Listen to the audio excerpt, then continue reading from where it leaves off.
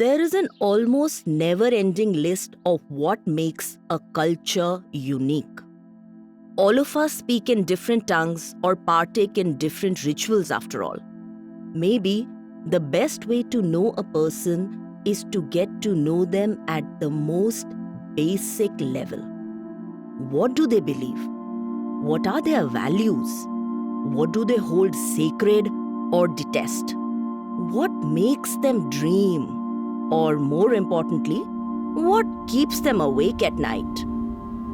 Today, we find ourselves on the sandy beaches of the eastern coast of the country. The taste of salt is almost palpable on our tongues, and the cool breeze talks to us about generations long gone, their hopes, destinies, disappointments, and their ultimate fates. Here, our paths cross with a sort of tale one doesn't often find in our huge nation. The tales we hear being whispered carry a lot of background with them.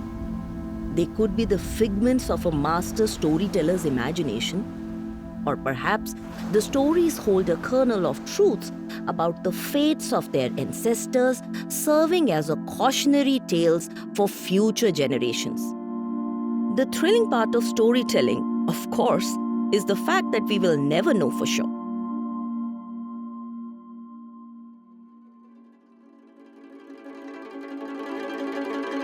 The Center for Contemporary Folklore welcomes you to Parrot House, a place where stories and songs and their tellers and singers gather.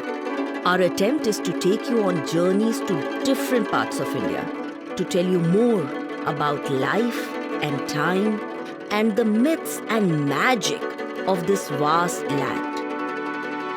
In today's episode, we bring to you a folk tale that takes us to the deep blue of the ocean and harkens back to one of mankind's earliest fascinations, the sea. We'll speak of powers far away, mysterious yet generous to some, while being alluring to unfortunate souls. Presenting the Mermaid of Pondicherry Coast.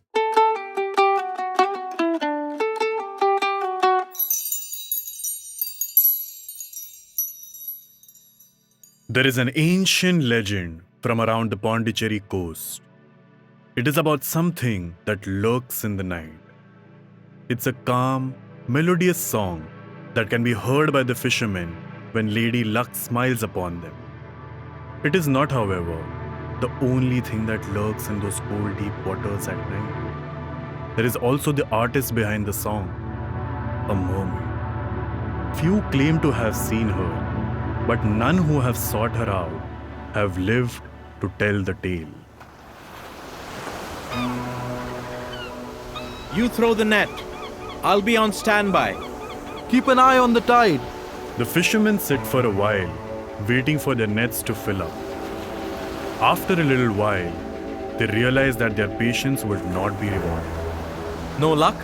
No, it's just not my day, it seems. Let's call it a night.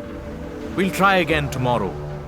As the fishermen made their way home, the sea grew more and more excited, as if to welcome their decision to head back. Through the crashing of the waves, however, there was a much more melodious sound somewhere behind them. Do you hear that? I don't remember the waves breaking into song before. Do you think the legend of the mermaid is true after all? Maybe we're just tired after a long day. Let us just go home and get some rest. You're probably right. With that, the fishermen head to bed. Early next morning, there is a surprise waiting for them. Where are you dragging me to? I need to show you something. You won't believe it unless you see it. Do you need to be so pushy in the morning? The fishermen reached their boats. Their fishing nets had been empty the previous night, but now they were chock full of fish. Did you go out and fish early in the morning? How did you catch so many? I was thinking of heading out early, so I came down to the boat. but I saw that our nets were already full. How can that be? I think it was the mermaid. The mermaid is just a legend. Then who exactly has filled our nets with this fish? I do not know. But I'm not sure it would do us good to find out. I need to go. I'll go look for her. I must know if it was her. I must know. Get a hold of yourself. No one who has ever gone to search for the mermaid has come back alive. The other fisherman remained silent. Just rest up for today. We have enough catch to last us a while. We don't need to go out tonight. Give up on this ridiculous idea. The sea was violent that night, almost as if it wanted to issue a warning. The next morning, the fisherman gets a knock at his door. Please, you have to help me. My husband is gone. Slow down. What's wrong? It's my husband. I can't find him anywhere.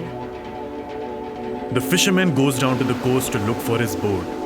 Instead of finding the boat, he sees the fishing nets strewn around on the beach.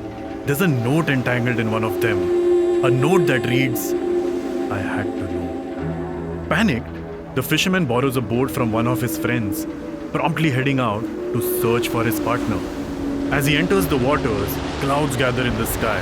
The sea gets more and more restless, and there's a song in the distance. A song in the most melodious voice he has ever heard. A song that beckons him. A song that makes him want to take a closer look.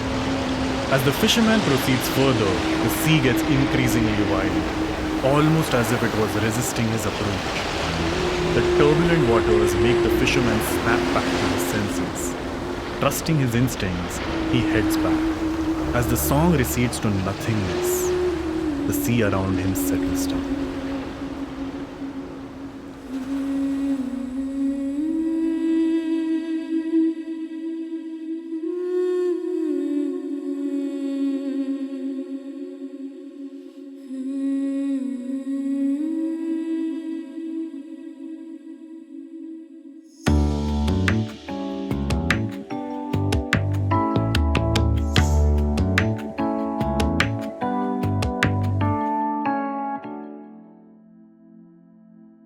Mermaids have captured our imagination for centuries.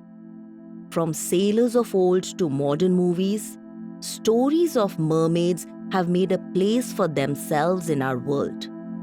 While they are more common in some parts of the world, mermaid legends are very hard to come across in India and her neighborhood.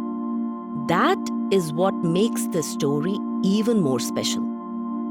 People have been trying to search for mermaids for as long as the stories have been around. None, to our knowledge, have ever succeeded. Despite that, people still do love a good mermaid story. After all, mermaids are just as fascinating and mysterious as their home, the sea. With the Parrot House podcast, it is our goal to bring you stories that speak to these delicate balances between nature and humanity, tradition and modernity, and the individual and the community. Thank you for tuning into this episode. If you have a folk tale or tradition to share, or simply have questions about what we do, reach out to us at the email in the description.